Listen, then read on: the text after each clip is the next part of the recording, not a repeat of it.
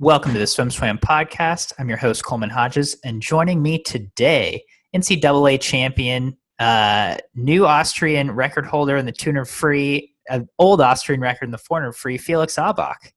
Felix, how's it going? Good to see you.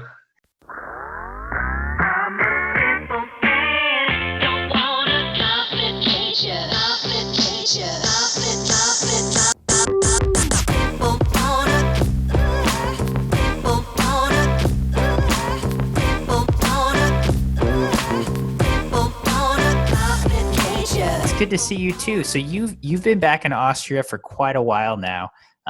Take me through. Let's back up a little before that. You got home April 30th, but even before that, you guys had a great Big Ten championships. I saw you guys in December at was that in Georgia? Minnesota invite. Minnesota. We talked in the hot tub. You guys looked great there. You looked great at the conference meet. Tell me about how the conference meet went for you guys. It's quite a while, but actually it was like the highlight of my season.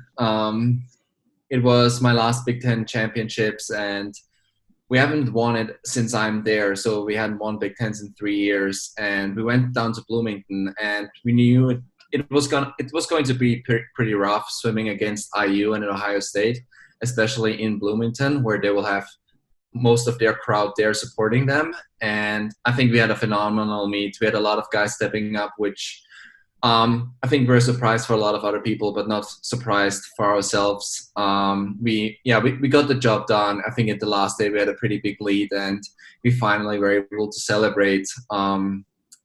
What is so weird about it that I think we celebrated like that Saturday night, and then on Sunday we already had a swim out there, and we all focused on NCAAs because we knew that was the big goal. We had finally the shot again to be a top 4 team at that meet, and so we didn't really celebrate it too much and even thought about Big Tens. And then a couple of weeks later, it actually happened that was our last meet of the season for most guys.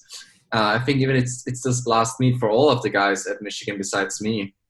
Yeah. So that was, and then we had this one workout. We heard more and more about the coronavirus at this point, and the Big Ten basketball tournament was going on, and they said they canceled the tournament, and we were like, okay, what is it going to mean for us? If they cancel basketball, they're not going to care that much about swimming.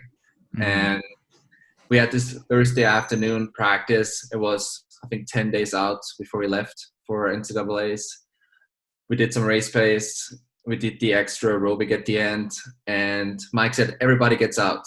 And we met at the stands. And we had our assistant athletic director there. And he said, yep, the season is over. The Big Ten is not competing at the NCAA championships. And that was heartbreaking for a lot of us guys, because I think there was so much more in this team. We haven't shown everybody what we were able to do. We had so many seniors on this team. We had 14 seniors, and we had so many. So for example, Rob Sofcek, he's made his first A finals this year at Big Tens, and then he qualified for the NCAAs for his first time as a senior, and then he's not able to go. So at this moment, it was the hardest for a lot of our seniors to never know how he could have ended. And at this point, everything really broke apart. I never thought I would have my last workout at Can-Am that Thursday afternoon. And it's right now I'm so sad about it, because it's the pool where I've been practicing most of the time, and I've practiced so much there, and I have so many hard times, so many good times, and not really knowing that was the last workout you would ever have there, and don't really think about it, just jump in and swim. And when I had my last yardage there, I swam extra aerobic backstroke. So that's that's a pretty sad ending for the last college workout. That's a and then it went pretty quick. Most of the guys left immediately right after that. We had 2 or 3 more days and together, and the coaches were trying with the administration to figure the best out to accommodate the people who have chance to make Olympic teams. There were plans to do that, but it immediately, I feel like it took 2 or 3 days till that was over as well. since too many government regulations came out. And I used the time to, I went out to San Diego to Team Elite. I swam there because I wanted to see my girlfriend Katie since she was swimming there. And I haven't seen her in a long time, and they were still able to have some pool access. So I was really thankful that I was able to swim there. It was not a lot, but it was more than most other people were able to swim. Yeah. So that was great to see her as well, because I saw her for like 6 weeks straight where I haven't seen her in like months. And I knew I had to go home eventually. And then the situation got worse and worse. And I knew like I have to spend time with her now, because otherwise, like if I go home, there was already a travel ban on the European Union countries. I don't know if I'm going to come back anytime soon. And that's really how it worked out for me now. So I went back to Michigan then, because my rent, my lease, and my roommates, we still had a house full of stuff. We didn't think we had to empty that fast. And so that was good to see my roommates, Tommy Cope and Jacob Montag, again, because we all lived together. And yeah, we cleaned out and I had my last goodbyes with those guys and flew back. And then when I was here, I swam the first week by myself, and then I decided to join the group of Balázs Fahavari. He's the coach here from the Austrian High Performance Center. And I mean, that worked out pretty well for me. I had a good supportive group, and we had good pool access. We were able to swim twice a day, 10 times a week. So pretty normal conditions. Yeah. In a long course meter pool. So I think that's why I was able to swim those times, because I started mid-May with normal practice again. And yeah, and then we have the meet last week, and that's how I ended up here. Yeah. So like your life the last 5 months in a nutshell. Yeah, I've never thought that everything is going to turn out like that. I thought I'm going to go graduate, okay, and then swim at Michigan for like 2 or 3 months, and then go to the Olympics. Yeah.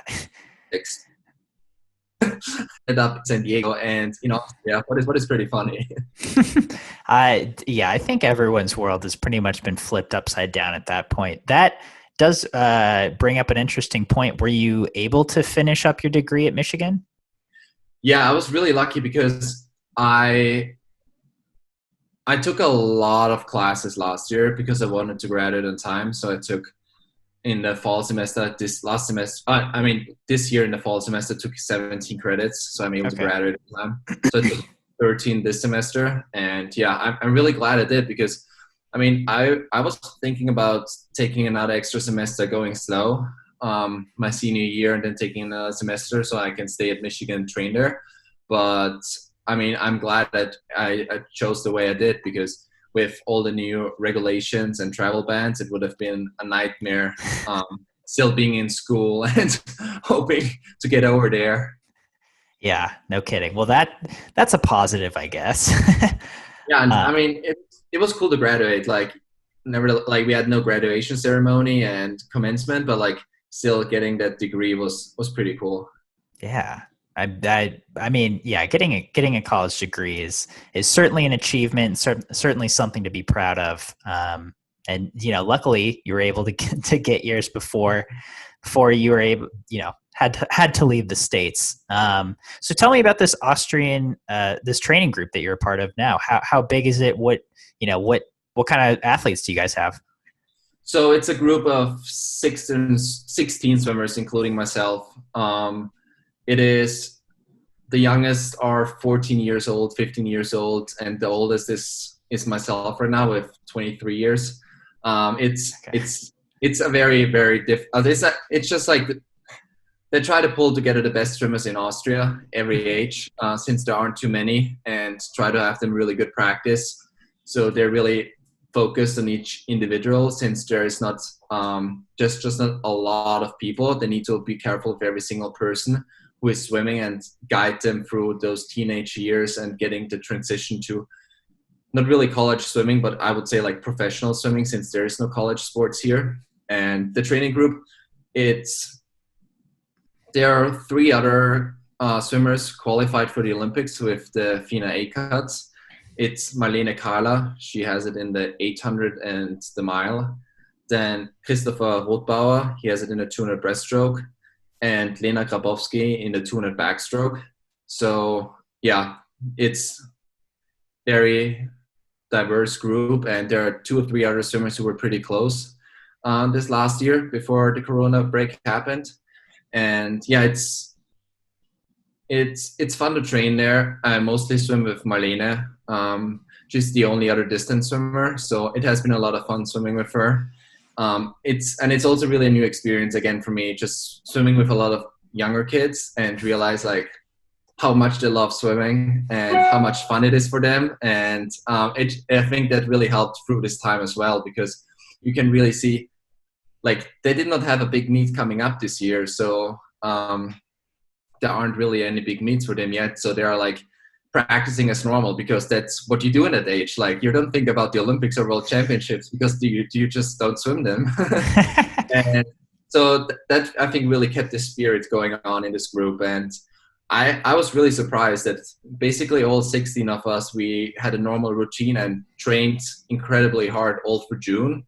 Mm-hmm. And for this Four Nations meet last weekend. And I felt that was pretty impressive that we got that together, because just there were so many disappointments. Most of those kids had junior Europeans or any other meet, but no one had a meet, and be able to push through, I think said a lot about the environment we had, but also the coach who just said, we are a pretty young group. We have to get better. It doesn't matter if there's a meet or not. Yeah. So that's super interesting. So have you fallen into more of a mentor role, I guess? Yeah, it's kind of funny, because I went for some time. I went to the same school as they did. I swam at the same pool where I swam before I got out to Michigan. And yeah, I think I didn't know most of the kids, just because I wasn't really involved in the younger ages here in Austria and followed the sport too much. It's happening at junior nationals, but it was good to get to know the guys, and I hope I could have some positive impact and answer their questions if they had any. And yeah, I definitely hope that some of them eventually make this step one day and go over to the US to college swimming, or I will see them in a couple of years. Yeah. So let's tell me about this, the Four Nations meet. You know, I'm guessing it wasn't like a normal swim meet. What was the environment like? So it was pretty well organized. I mean, as I expected from the Hungarians when it is about swimming, that everything works out pretty well. So it was actually 2 different meets they hosted at the same time. Okay. It was prelims, and every country had 2 spots automatically. So the Czech Republic, Poland, and Hungary and Austria. And Austria basically set already their 2 swimmers who is going to swim in the finals. And I think the other Poland and Czech Republic did as well. But Hungary had all their swimmers who had some certain, I think you had to be on some certain standard, normal prelims for the last 2 spots in the finals. So there was actually a lot of Hungarian swimmers in the morning who had to race really fast to get those 2 spots for Hungary in the final. Okay. And that was great, because you actually got some normal prelim experience. I swam prelims as well, so prelims were pretty fast, but it was great, even though it didn't really matter for me. And yeah, what I really liked about the meet was that it was very professional. We had a normal warm-up, warm-down pool. We had a 50-meter pool with 10 lanes. There was a call room. There were, a mixed zone. There was everything what a big meet has. So you really got into this competition environment like World Champs, Euros, or the Olympics. Just no spectators. The stands were empty, what was a little bit weird. But what the Hungarians did really well, there were so many people outside the swimming stadium around the fences, and with flags and cheering. So you could get some real meet experience there without any spectators, which was pretty cool. Yeah. And so what was your preparation like going in? Did you have expectations of times you wanted to hit? To be honest, the first 2 weeks when I started in May, I was like, oh my God, this feels terrible. This is hard. How I'm going to make this. And then I just got in some really good practice, and so felt like my level, my quality of practice went up a level, and I think that rest eventually actually helped me because with Michigan, I did so much high quality work the past 4 years, a lot of yardage, a lot of hard swimming, that those 2 months, like, it was hard to start swimming again, but I had such a great base that it didn't hurt me at all, that I could keep going basically where I stopped. And that was my biggest advantage. And yeah, we did a lot of pace swimming, race pace swimming here. For the 400 or 800, and actually also for the 200. What really helped me, because I got used to the speed, and then suddenly, like 2 or 3 weeks before the meet, I had some incredible sets where for myself, I never was that fast in practice, and I was like, I mean, it sounds crazy if I go a best time or I swim really well, but I mean, I've never been that fast in practice, so why not? Yeah. And and then, like, I mean, the meet came up, and I mean, I had a great race with the 200. I was really lucky that I had Milak next to me, and he really, I feel like he was in the lead for 175 and pulled me all the way through. And then the last 25, I caught him. But I mean, those are the races what makes your times go fast and have good races, because there is just like, you have someone to race with, and they push you on the next level. And I'm really glad it happened. And since when I had that race, like, if you have one good race, everything goes a little bit easier. And yeah, that happened the rest of my meet.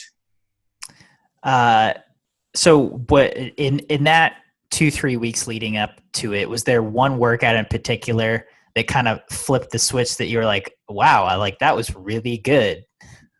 Yeah, that was also one workout where I really got on, like, that I had my physical barrier. Like, that was completely my maximum what I had in my body.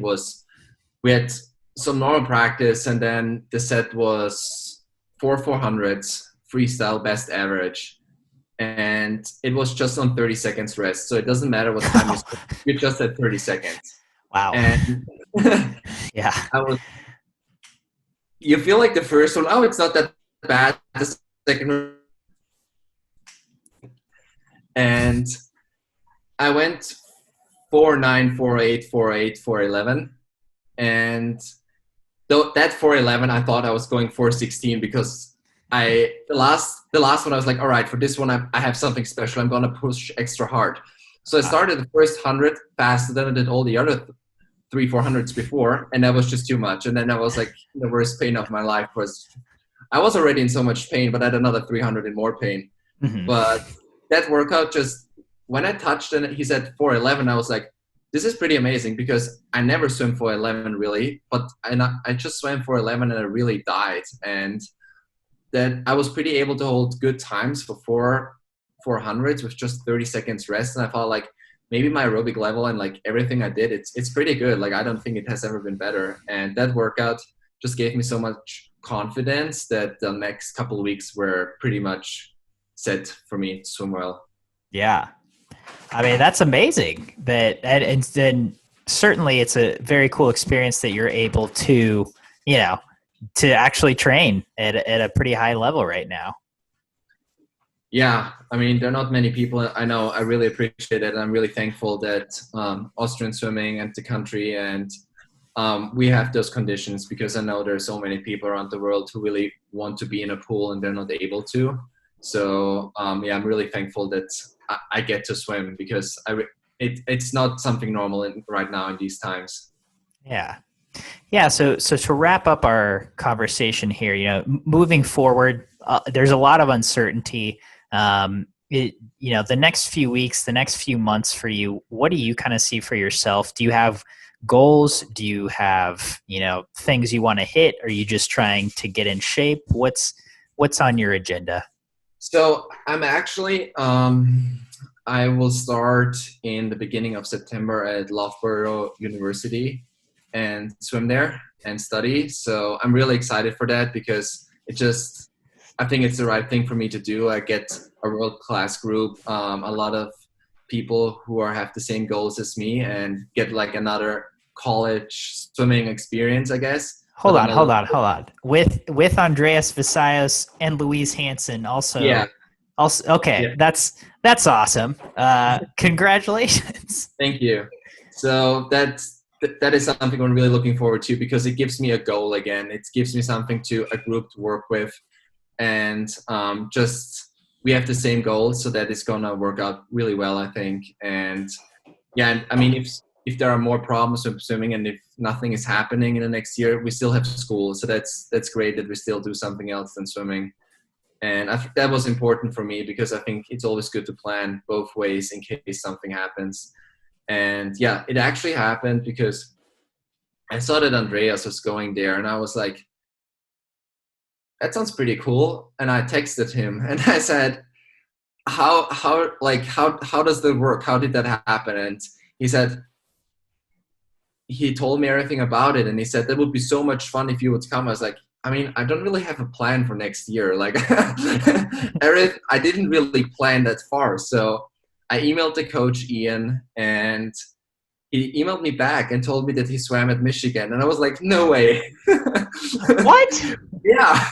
So I was like, all right, this has to be something, but like, it's working out. Or like, this is maybe that has to be like that. So that's not a coincidence. So yeah, and then it went pretty fast, and I filled out my application and got accepted. And yeah, so I'm very much looking forward to that. Congratulations again. That's so cool. Do you know what you'll be studying there? Yeah, I will get a master's degree in international political and financial relations. That sounds like a lot. Yeah, it's a very long name for a pretty simple thing, I guess. Oh, okay. Well, awesome. Well, yeah.